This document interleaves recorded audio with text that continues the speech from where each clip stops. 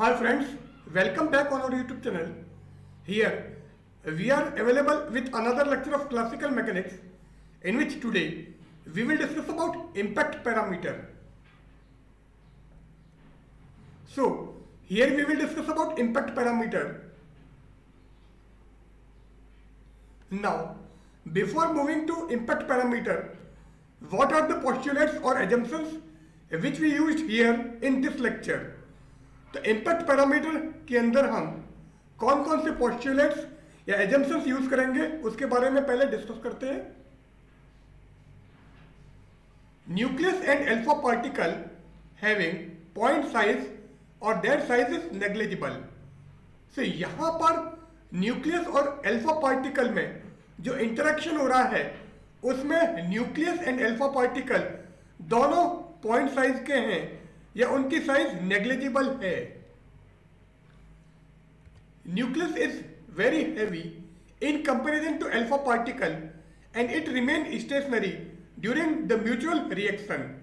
तो nucleus alpha particle के comparison में बहुत ज्यादा हैवी है और साथ में दोनों के बीच में जो म्यूचुअल रिएक्शन होती है उसमें न्यूक्लियस हमारा स्टेशनरी रहता है. Whole positive charge of an atom are placed in its center known as nucleus. So पूरे एटम का जो पॉजिटिव चार्ज है वो इसके सेंटर में रहता है और ये जो सेंटर है इस सेंटर को हम न्यूक्लियस कहते हैं. Scattering is only due to the mutual reaction between the alpha particle and nucleus. So alpha particle and nucleus के बीच में म्यूचुअल रिएक्शन के कारण स्कैटरिंग होती है and the effect of electron on this scattering is negligible. And इस scattering में electron का effect negligible होता है. So these are the assumptions which we used in deriving a formula for impact parameter. So impact parameter को derive करने के लिए हम इन 4 एजम्पशंस को यूज करते हैं. ये हमारा न्यूक्लियस है और न्यूक्लियस हमारा पॉजिटिव चार्ज होता है और यहां से अल्फा पार्टिकल आ रहा है. अल्फा पार्टिकल ट्वाइस He4 है. तो अल्फा पार्टिकल एंड न्यूक्लियस के बीच में म्यूचुअल रिएक्शन होती है और क्योंकि दोनों पॉजिटिव चार्ज हैं इसलिए अल्फा पार्टिकल जैसे जैसे इसकी तरफ आएगा ये रिपेल होगा. सो ये एग्जैक्टली इसकी तरफ नहीं आकर इधर पास में आता जाता है और जैसे जैसे पास आएगा रिपल्सन बढ़ता जाएगा और ये इस डायरेक्शन में चला जाता है. सो अगर ये न्यूक्लियस नहीं होता तो अल्फा पार्टिकल का पाथ ये जो डॉटेड लाइन है ये होता और स्कैटरिंग के बाद में अगर हम यहां पर टेंजेंट खींचे तो इसका पाथ होगा. Let an alpha particle be moving initially along PO with initial velocity v. So alpha particle initially PO direction में मूव करता है और इसकी इनिशियल वेलोसिटी v है. After scattering from the nucleus M it follow the path PA'. अब nucleus से scattering के बाद में इसका जो एक्चुअल पाथ PO था इस PO पाथ को फॉलो नहीं करता है, ये PA' पाथ को फॉलो करता है. Therefore PA' will be a hyperbolic orbit and PO and PO' will be the asymptotes of the hyperbolic orbit of alpha particle. इसलिए ये जो हमारा PA' है ये एक हाइपरबोलिक ऑर्बिट है एंड इस हाइपरबोलिक ऑर्बिट की जो एसिम्टोट्स हैं वो हमारे PO एंड P'(O) हैं. It means when alpha particle is very far from the nucleus then PO and P'(O) are its initial and final directions respectively. So अगर alpha particle nucleus से बहुत ज्यादा दूर हो तो उस केस में ये जो PO एंड P'(O) है ये अल्फा पार्टिकल की इनिशियल एंड फाइनल डायरेक्शंस होंगी. Now impact parameter. What is impact parameter? It is the minimum distance to which the alpha particle would approach the nucleus if there were no force between them. So अगर nucleus and alpha particle के बीच में कोई भी repulsion नहीं हो या कोई भी फोर्स नहीं हो, उस केस में अल्फा पार्टिकल न्यूक्लियस के जितना पास में पहुंचेगा, वो जो मिनिमम डिस्टेंस है, उस मिनिमम डिस्टेंस को हम इंपैक्ट पैरामीटर बोलते हैं। इट मींस अगर न्यूक्लियस और अल्फा पार्टिकल के बीच में कोई रिएक्शन नहीं है तो अल्फा पार्टिकल इस पाथ को फॉलो करेगा और ये मिनिमम डिस्टेंस होगी, और यही हमारी इंपैक्ट पैरामीटर है जिसको हमने बी से इंडिकेट किया है। Since alpha particle and the nucleus both have charge, hence the Coulomb force will be effective between them। अब अल्फा पार्टिकल भी हमारा चार्ज पार्टिकल है एंड न्यूक्लियस भी हमारा चार्ज पार्टिकल है, या न्यूक्लियस का भी चार्ज होता है। सो दोनों चार्ज पार्टिकल हैं, इसका मतलब इन दोनों के बीच में कूलम्ब फोर्स होगा, क्योंकि चार्ज पार्टिकल के बीच में जो फोर्स लगता है वो कूलम्ब फोर्स होता है, और वो फोर्स हमारा F equal to K Q1 Q2 upon are square होता है। Due to this force the alpha particle be scattered by an angle theta, और इस फोर्स के कारण अल्फा पार्टिकल हमारा थीटा एंगल से स्कैटर हो जाता है। सो ये हमारा एंगल ऑफ स्कैटरिंग है जो कि थीटा है। Here M represents the focus of hyperbola, क्योंकि पी डैश हमारा एक हाइपरबोलिक ऑर्बिट है, और इस हाइपरबोलिक ऑर्बिट का जो फोकस है वो हमारा एम होगा या न्यूक्लियस होगा। Now scattering angle theta, it is the angle between the asymptotic direction of approach of the alpha particle and the asymptotic direction in which it recedes। so alpha particle हमारा इस direction में आ रहा है और alpha particle वापस इस direction में जा रहा है। इसका मतलब इन दोनों डायरेक्शन के बीच का जो एंगल है वो हमारा थीटा है। सो इनिशियल डायरेक्शन ये है और फाइनल डायरेक्शन हमारी ये है। सो इन दोनों एसिम्प्टोट के बीच में जो एंगल है उस एंगल को हमने थीटा कहा है, and this angle is our scattering angle. When alpha particle is at A, then from the law of conservation of angular momentum around M, so जब अल्फा पार्टिकल हमारा पॉइंट ए पर है तो उस केस में अगर हम एम के around law of conservation of angular momentum लगाए तो क्या होगा, M V B is equal to M V dash M A, क्योंकि एंगुलर मोमेंटम होता है M V R. So M mass, V initial velocity and R distance, और जब alpha particle nucleus की तरफ आ रहा है उस केस में वेलोसिटी हमारी v है और अराउंड m की हम बात कर रहे हैं, से distance b। So initial angular momentum हमारा mvb और फाइनल एंगुलर मोमेंटम ले तो दूर जाते टाइम इसकी velocity v dash, so m v dash और डिस्टेंस क्या होगी m a। So this will be our distance. So from the law of conservation of angular momentum around m we get mvp equal to mv dash into ma, and this is our x। so ma हमारा x है तो इसको x रख दो। so mvb equal to mv dash into x, m से m cancel हो गया, so vb equal to v dash x, so vb equal to v dash x। here v and v dash be the initial and final velocities of alpha particle at a। so point a पर alpha particle की initial velocity हमारी v है and final velocity हमारी v dash है। now ये हमारा diagram था। from the law of conservation of energy at a, अब point a के अराउंड अगर हम law of conservation of energy apply करें तो क्या होगा, total energy before collision is equal to total energy after collision।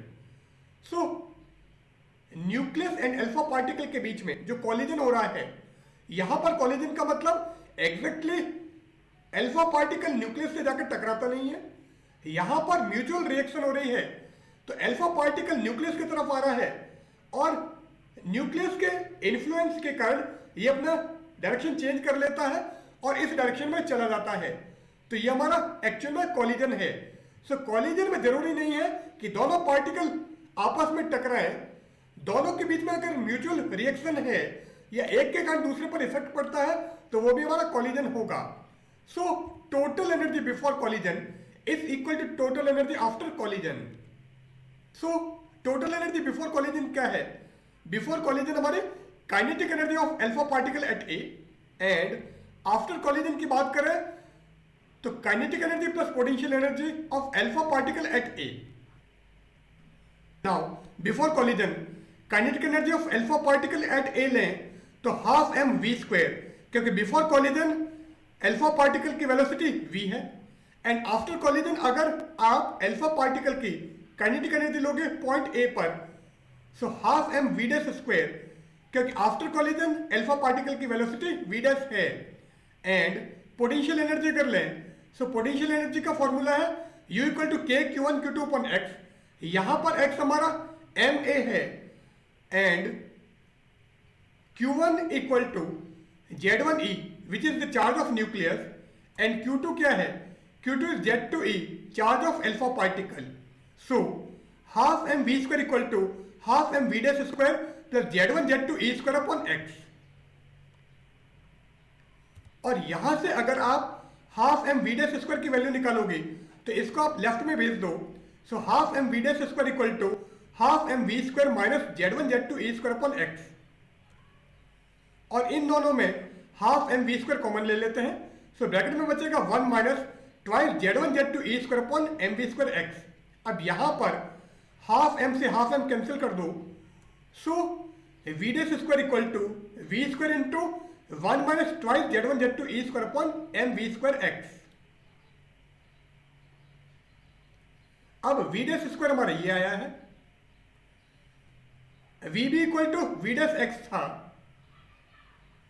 सो अगर मैं यहां से वी डैश की वैल्यू निकालूं तो वी डैश क्या आ जाएगा? V b upon x. और ये जो वी डैश आया है इस वी डैश की वैल्यू हम यहां पर रख देते हैं। So v square b square upon x square equal to v square and in bracket 1 minus twice Z1 Z2e square upon M we square x. अब वी स्क्वायर से वी स्क्वायर कैंसिल कर दो, सो बी स्क्वायर आ जाएगा x square and in bracket 1 minus twice Z1 Z2e square upon M we square x. So this will be our b square. अब क्या करते हैं, एक x को आप बाहर रखो और एक x को अंदर ले जाओ। सो x यहां पर आएगा और यहां पर भी आएगा, यहां पर जो x आएगा वो इससे कैंसिल हो जाएगा। So B square equal to X into x minus twice Z1 Z2e square upon M we square from the geometry of hyperbola. अब हाइपरबोला की अगर हम ज्योमेट्री लें तो क्या होगा? ये हमारा डायग्राम था, x equal to M A, x हमारा एम ए है एंड एम ए क्या होगा? M O plus O A. So M O plus O A मिलकर एम ए आएगा जो कि हमारा x है एंड ओ ए क्या है? ओ ए हमने a लिया है। So x equal to M O plus A and M O क्या आएगा? a sec phi. सो ये हमारा a है, सो ज्योमेट्री से ये भी a होगा, ये हमारा फाई है। सो अगर मैं ये ट्राइंगल लूं, ये ट्राइंगल है, ये फाई, ये a, ये m और ये o। सो अगर हम sec फाई निकालें तो sec फाई आ जाएगा M O upon A. So M O equal to A sec phi.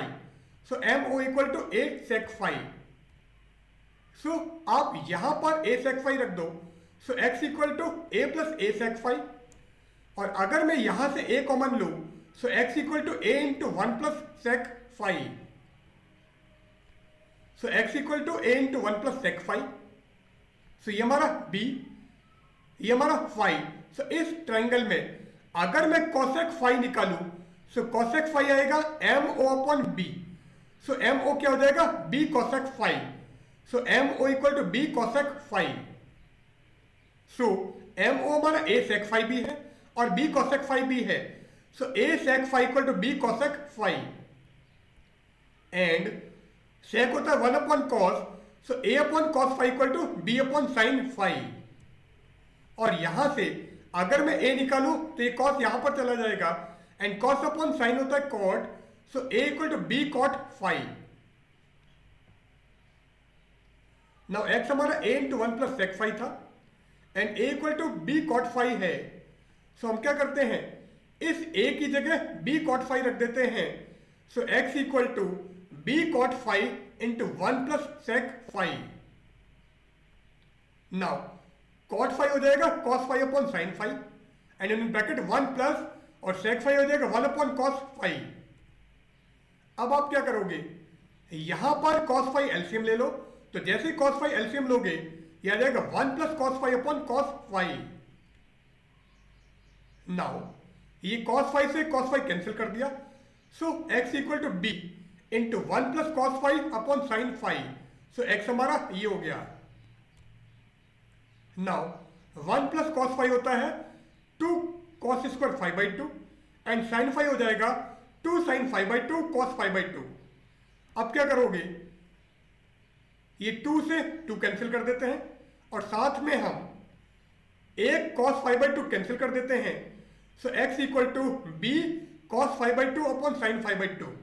So x equal to b cos phi by 2 upon sine phi by 2 and cos phi by 2 upon sine phi by 2 हो जाएगा cot phi by 2। So x equal to b cot phi by 2। Now b square हमने निकाला था x into x minus twice z one z two e square upon m b square. अब आप क्या करोगे, ये जो x equal to b cot phi by 2 है ये यहां पर भी रखो और यहां पर भी रखो। So B square equal to b cot phi by 2 and in bracket b cot phi by 2 minus twice z one z two e square upon M we square and k हमारा twice z one z two e square upon M we square है। तो अगर मैं इसको के मानूं सो ये हमारा बन जाएगा के और एक भी कैंसिल हो जाएगा। So b equal to cot five by 2 and in bracket b cot five by 2 minus k. और अगर मैं इस कॉट फाइव बाई 2 को अंदर लूं so b equal to b cot square five by 2 minus k cot five by 2। अब ये question अभी हमने निकाली है। सो अगर मैं यहां से के कॉट फाइव बाई 2 निकालूं तो आप इसको यहां पर ले लो और बी को इधर ले जाओ। So k cot five by 2 equal to b cot square five by 2 minus b. यहां पर बी हम कॉमन ले लेते हैं। तो जैसे बी कॉमन लेंगे cot square five by 2 minus 1 and cot square five by 2 को हम cos square five by 2 upon sine square five by 2 लिख देते हैं। अब यहां पर आप sine square five by 2 LCM ले लो।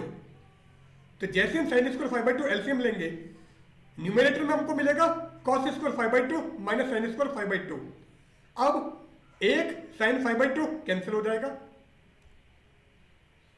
So k cos five by 2 equal to b cos square five by 2 minus sine square five by 2 upon sine five by 2।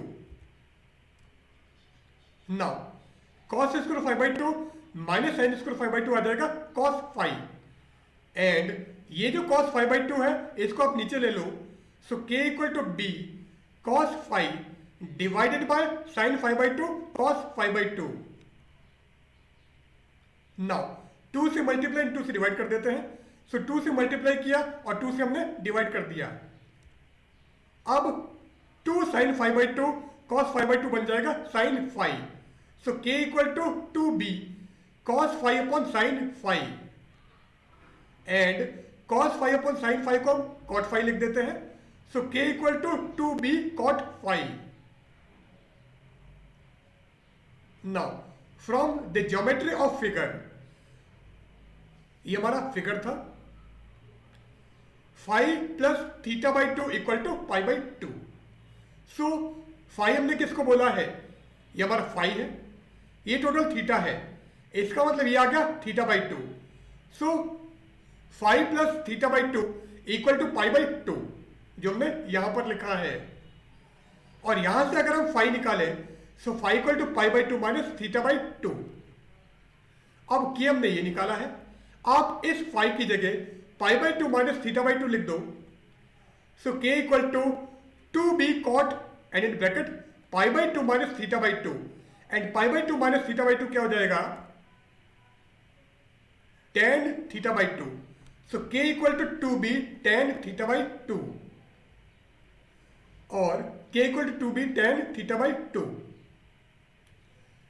और अगर हम इस k को यहां पर ले लें और tan थीटा बाई टू को यहां पर नीचे ले लें, so 2b upon k equal to cot theta by two, क्योंकि 1 upon tan theta by two हमारा कॉट थीटा बाई टू होगा। Thus impact parameter decreases with increasing the value of theta. So जैसे जैसे आपकी थीटा की value बढ़ेगी impact parameter की value decrease होगी।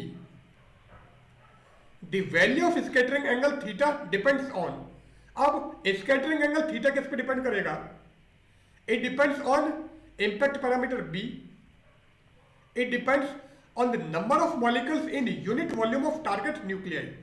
अब टारगेट न्यूक्लियाई के यूनिट वॉल्यूम में कितने नंबर ऑफ मॉलिक्यूल्स हैं उस पर भी हमारा स्कैटरिंग एंगल डिपेंड करेगा। And it also depends on the thickness of target, अब टारगेट की थिकनेस क्या है उस पर भी हमारा स्कैटरिंग एंगल थीटा डिपेंड करेगा। सो अगर आपको इम्पैक्ट पैरामीटर की कैलकुलेशन पूछे तो आपको ये पूरा डेरिवेशन करना है। सो this will be the calculation of impact parameter. So here we end our session. Goodbye.